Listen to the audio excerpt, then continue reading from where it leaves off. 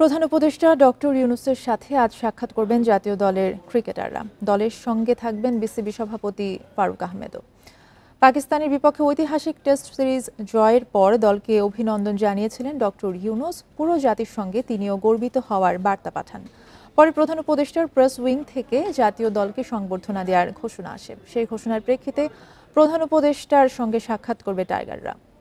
হত্যা মামলায় সাকিব আল হাসানের নাম থাকায় পাকিস্তান সফর থেকে একটা অস্বস্তি তৈরি হয় দলে। সতীর্থরা সাকিবকে মানসিক সমর্থন দেন। এই প্রসঙ্গে প্রধান উপদেষ্টার সঙ্গে আলোচনা করবেন বলে জানান অধিনায়ক শান্ত।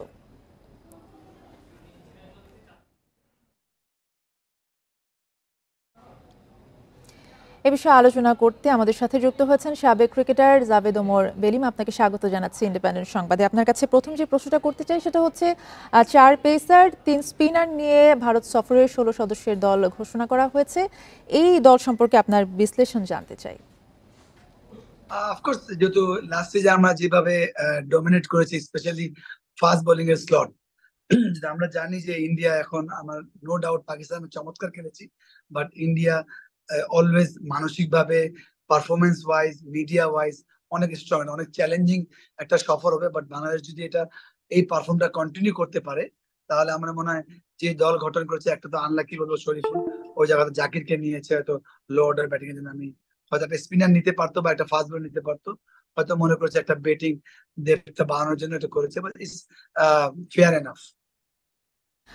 জাভেদ ওমর বেলিম, দলের নতুন মুখ হচ্ছে জাকের আলী। শরীফুলের পরিবর্তে তিনি ডাক পেয়েছেন, যেখানে শরীফুল কিন্তু পাকিস্তানের সাথে প্রথম টেস্টে 10 উইকেটের মধ্যে 3 উইকেট শিকার করেছিলেন।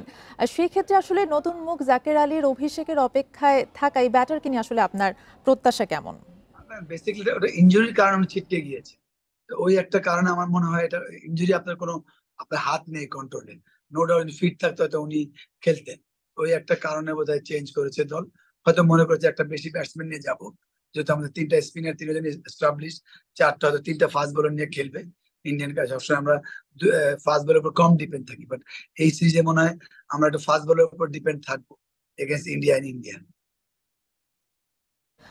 সেই ক্ষেত্রে আসলে আমি জানতে চাচ্ছিলাম যে জাকের আলীকে নিয়ে আপনার প্রত্যাশা কিরকম? তিনি কি শরীফুলের এই অভাবটা পূরণ করতে পারবেন?